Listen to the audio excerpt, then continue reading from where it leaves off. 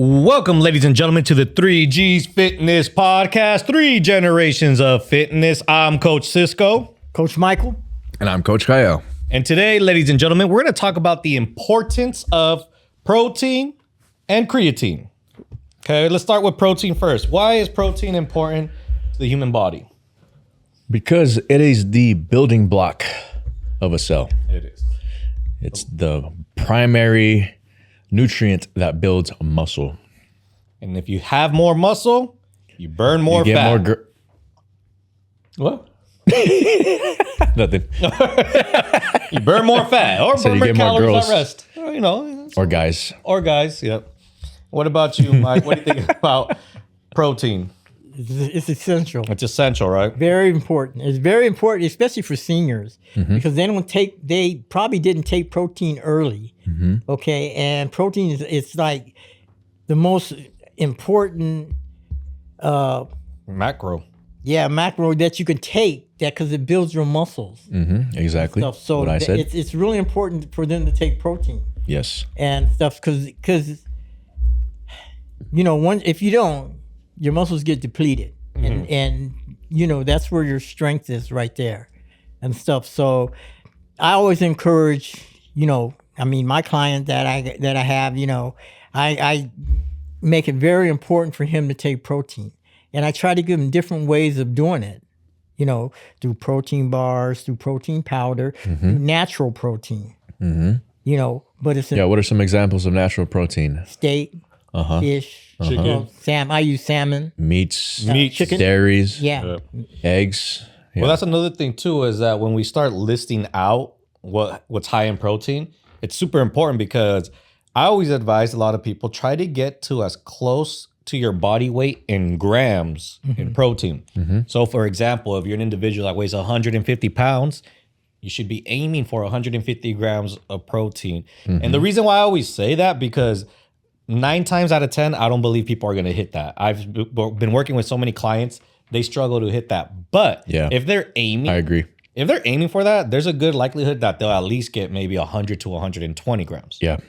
which is more than what the average person is taking. I believe the average person in the United States doesn't even get to 80 grams of protein on a daily intake. They're lucky if they get to I would guess 50. You would guess 50, right? 50-ish, yeah. And here we are, we're telling people they should be aiming for their body weight just to get to at least 80%.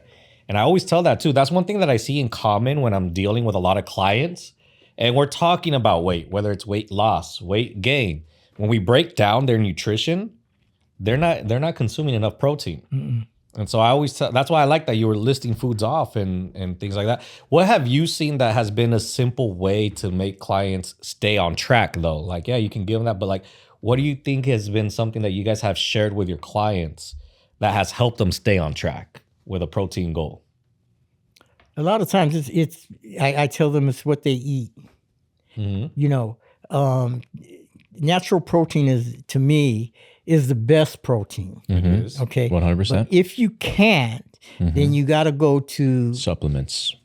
like collagen, protein powder. Even though collagen doesn't have the 27 essential amino acids, but It's they more do- so they for are- like they hair are and close. stuff, but whey protein Yeah. would be more for muscles. Whey Yeah. protein whey would be protein is powder. the best. Yeah.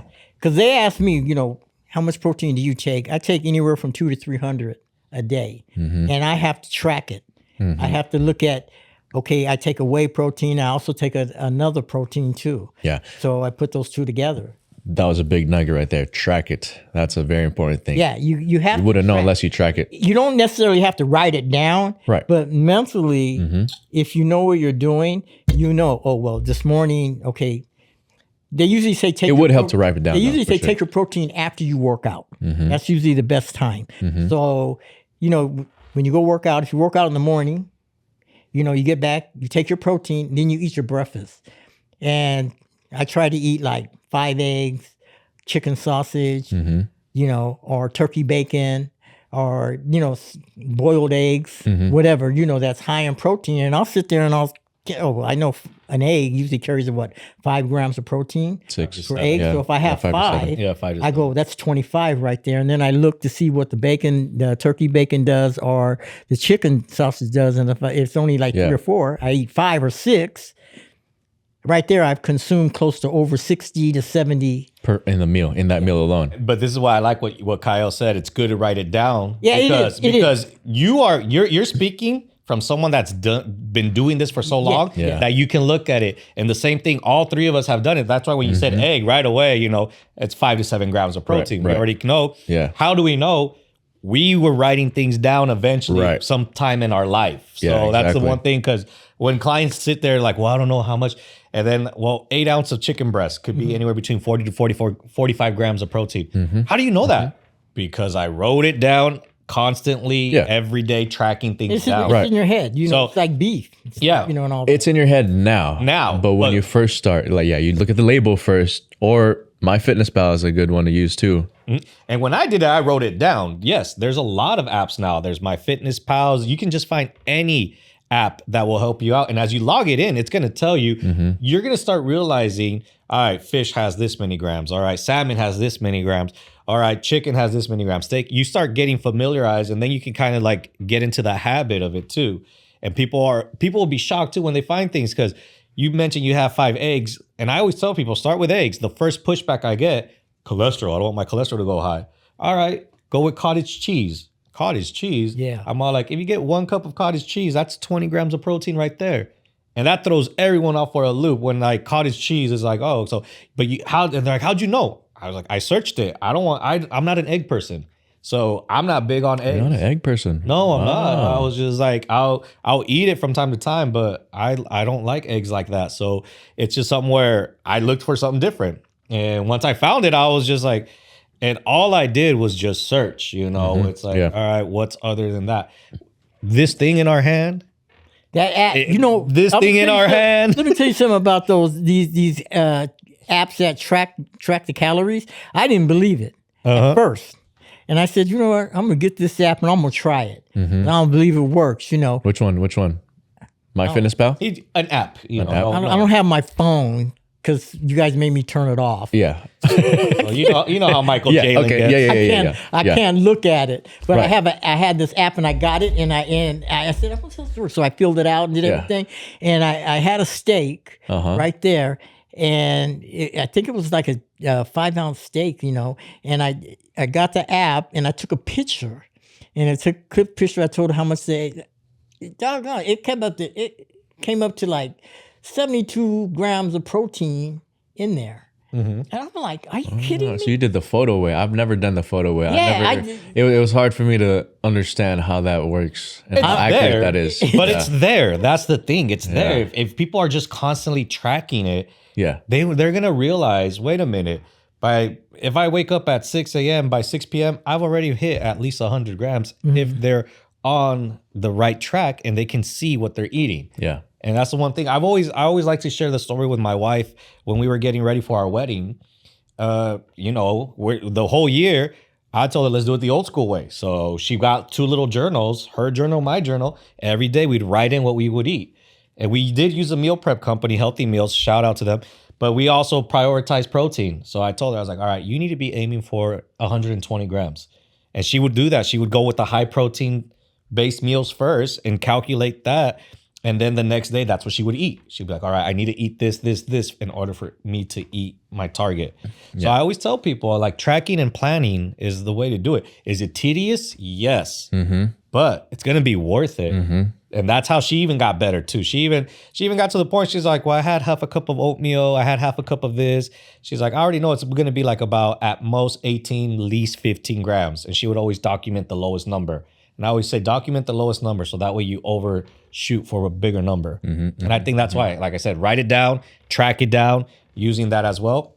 And that's protein based. So we can all agree at least aiming as close to your body weight as possible. 1 gram per body weight. 1 gram per body weight as possible. Now, if you get to 80%, that's okay too. Yeah. And so as long as you're working on it.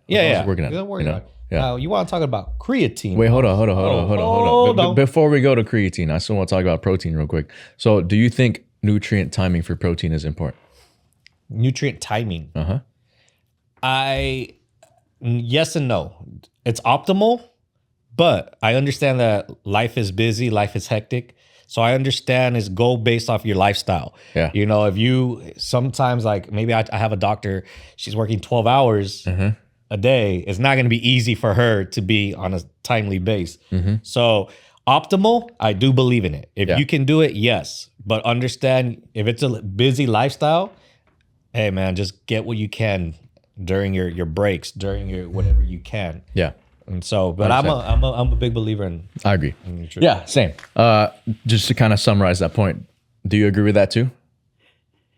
Yeah, I agree. I agree with it to some point. You might, so it's really how busy you are. It depends on your lifestyle. Yeah, exactly. So it is optimal I to. think you should always have surplus when I say that. Yeah. Like with me, I make my own protein bars. And I put exactly what I want in them, and I cut them up to smaller pieces so that when I'm busy, I go and I grab one and I eat it. So I know I got a amount of protein in that and creatine in that, and I'll do that through the day. See, so even if you are busy, you have to try to stay on track. Just get it whenever you can. Get it whenever you can. Just through the day. Yeah. So I was thinking more in terms of like, let's say someone needs to get 150 grams of protein a day, right? Is there a difference in eating 150 grams of protein all at once or spreading it throughout the day? Same thing. Yes and no. So it's more optimal to spread it throughout the day because protein synthesis doesn't last forever. Whenever you eat protein, it spikes for a little bit, but then it goes down. So if you eat a big protein meal in breakfast and you don't eat for the rest of the day, your protein synthesis goes down, right? But if you can spread it throughout the day, then you're constantly building muscle. Spread it better. So, but to his point, again, not everyone can consistently eat meals at a certain time. So the importance goes to just having your total protein intake in general. Something to think about. That does. Yeah. I go through the whole day. Yeah, exactly. Okay. Yeah. But I can see where you can take protein in the morning and then For those busy individuals up that to can't. half the day, Yeah. it's going to go down. Yeah, exactly. And, And then they don't get anything Yeah. for dinner, but so. Okay, creatine. Yeah, and then creatine. You wanted to talk more about how do you use creatine and to me, I always laugh. I literally just got asked yesterday, a client, female, in her 50s, early 50s, asking me about creatine. The stigma that she has about creatine is it's going to help her. It's not going to help her. It's going to make her gain weight, feel bloated. And it's not that it's good for her, but she's hearing all these resources that it is. And the first guy told her, monohydrate, you need it. It's good for you. And she was all like, that is exactly what I was going to ask. And you already beat me to it. I believe creatine is now something different than what it was when you probably first heard about it in the 80s and 90s. And there's a lot more studies that show the benefits of it. Yeah. Well, back then, creatine was considered almost like a steroid. It was a at that point. volumizer. Yes. To And put volume on. there are athletes that were getting hit with that, using creatine. But now it's like it's over the counter, You can just buy it in a bag. Yeah. In the protein powder bag, almost Yeah. the same thing. And it definitely works if you don't overdo it. Because you can overdo creatine. Because we all have a creatine level, right? And they tell you what, 5 to 10 grams. Well, actually 5 grams. But a lot of guys that lift a lot of weight, work out a lot, will go 10 grams. Yeah. But when you start going 15 and 20 every day, your creatine level in you, which is natural, is going to spike, and your doctor's going to see it. When you go in for a blood test, he just said, "Why is your creatine level so high?"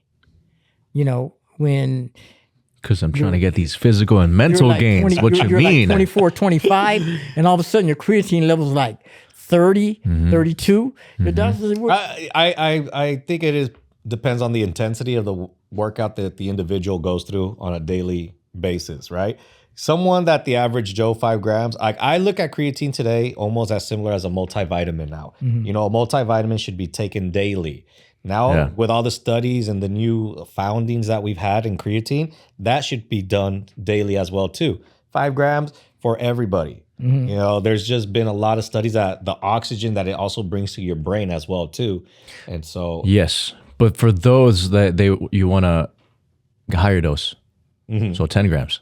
10 grams. Because how that works is your muscles greedily takes the first dosage of creatine. Really? So let's say, for example, you take 5 grams, that'll go straight to the muscles. If you take 10 grams, the muscle will take the 5 grams, and then the other rest 5? of it will go to the rest of the body, like the brain. Which now, there's so many new studies now that shows that it goes through the brain barrier, and there's a lot of cognitive functions, cognitive abilities. My doctor, my kidney doctor, I say I have a kidney doctor, and he would tell me, no more than 10 grams of creatine, Mike. Yeah. He goes, because then, your creatine levels are going to go up, and you're also going to affect your kidneys too. But I wonder if he's up to date with new studies of creatine. And that's the thing, is that I believe creatine is probably the most studied. Exactly. Studied. Yeah.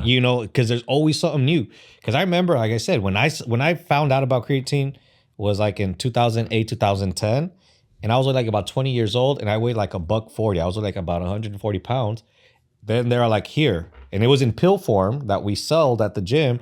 And it's like, here you go, take these, take 8 a day. I was like, 8 a day? And I'm like, yeah, 3 in the morning, 2 midday, 3 at night. And drink a lot of water. And literally, I think in about 3 months, I ballooned 15 pounds. But I couldn't gain 15 pounds for the life on me. But when I did creatine, all of a sudden, yeah.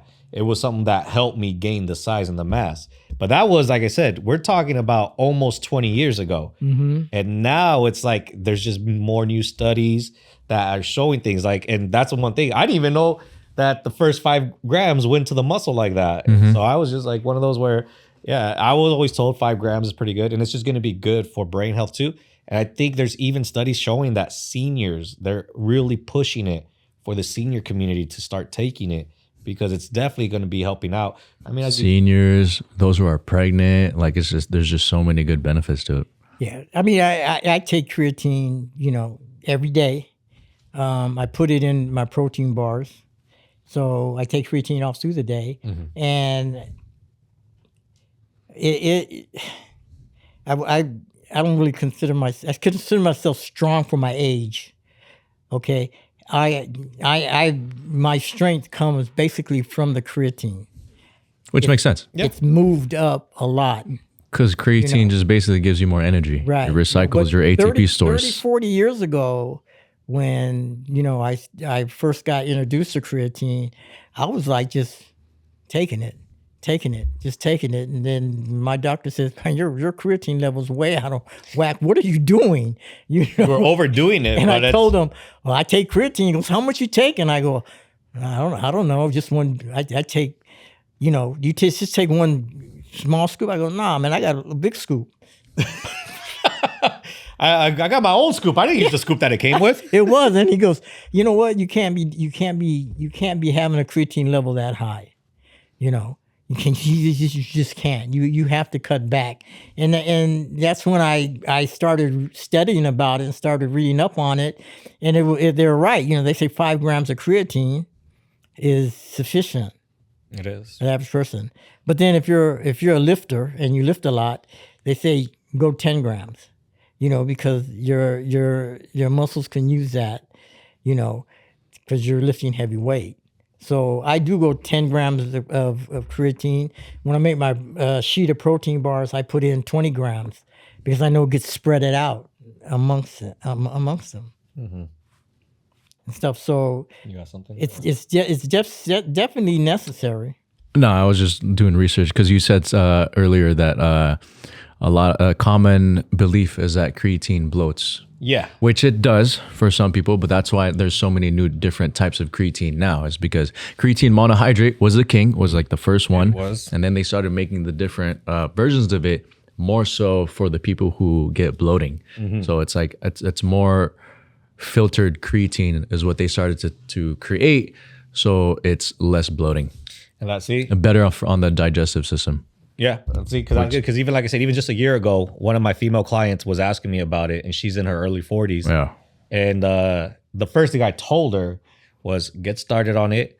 You are gonna feel bloated. You are gonna need to drink more water. You might. It's not an automatic, but you might. It depends on the person's digestive. It does. But I always give them the warning, like don't be surprised. Yeah. And I always tell everybody, at least get through the first 3 to 4 weeks through it. Let your body adjust to it.